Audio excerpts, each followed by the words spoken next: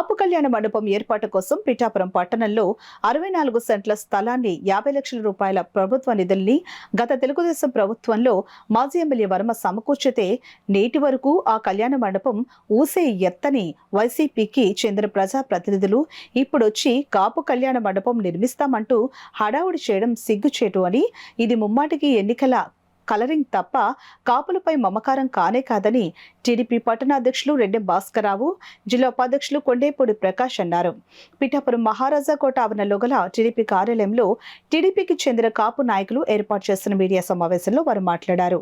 ఈ మీడియా సమావేశంలో దేవరపల్లి రామారావు, అల్లవరపు నగేష్, నల్లా శ్రీను, కె పెదబాబు, సోము సత్యబాబు, పెదరెడ్ల నందిబాబు, మసకపల్లి రాజా, అడ్డూరి శ్రీను, నల్లా గోవిందు, బస్వా సత్యనారాయణ తదితరులు పాల్గొన్నారు.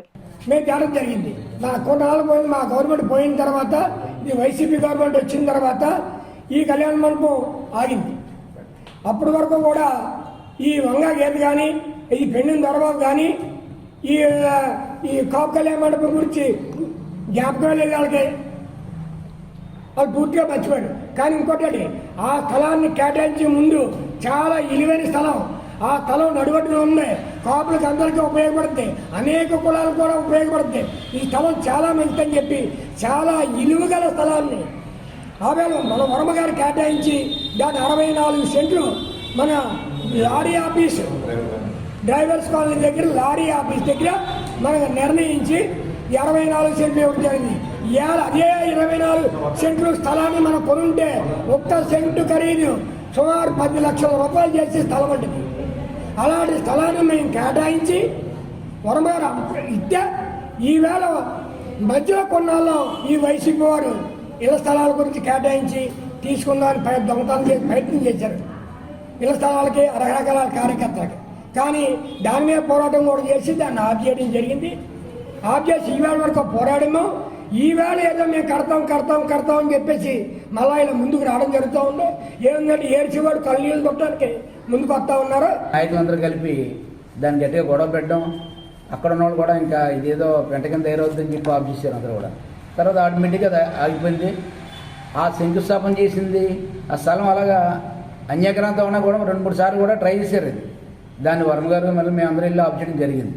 ఇప్పుడు మళ్ళీ కాపు కలరింగ్ ఇస్తుంది. ఇప్పుడు ఎలక్షన్ దగ్గరికి వస్తుంది, ఏదో చేయాలా, కాపులకే నోటే లేకపోతే ఆడికే నోటే. బీసీలు కూడా ఇచ్చాం, మరి బీసీల గురించి కూడా మాట్లాడాలి కదా. బీసీలకి వెళ్ళి మండపం ఆయన బ్రాహ్మణులకి ఇచ్చాం, బ్రాహ్మణుల గురించి కూడా మాట్లాడండి వెళ్ళి. ఈ కలరింగ్ ఎక్కువ ఏ క్యాస్ట్ ఉంది ఆ క్యాస్ట్ మీద కలరింగ్ ఇవ్వడం కాదు. బీసీలకి ఇచ్చిన కళ్యాణ మండపం అక్కడ కమ్యూనిటీ వాళ్ళు అక్కడ ఆగింది. బ్రాహ్మణులకి ఇచ్చాం, ముస్లిమ్స్కి ఇచ్చాం. వీటన్నింటిలో కూడా ఇప్పుడు కదలాలి.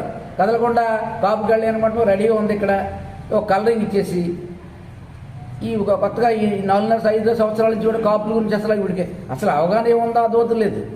రావడం 10 రోజులు అవుతుంది. భాస్కరరావు చెప్పినట్టు ఈ 10 రోజుల్లోనే నీ కాపుల మీద ఏ అభిమానం వచ్చిందండి? ఓట్లు వస్తాయినా?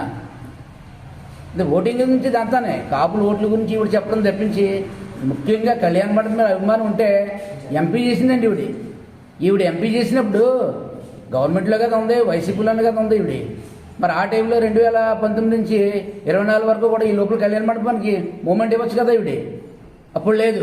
10 రోజులు ఉందనగా ఎలక్షన్ నోటిఫికేషన్ వస్తుందనగా వీళ్ళతో ఏం చెప్తుంటే ఈవిడ నేను కడదాం అనుకున్నాను, ఎలక్షన్ నోటిఫికేషన్ వచ్చింది, ఇది ఆగిపోయిందని చెప్పి.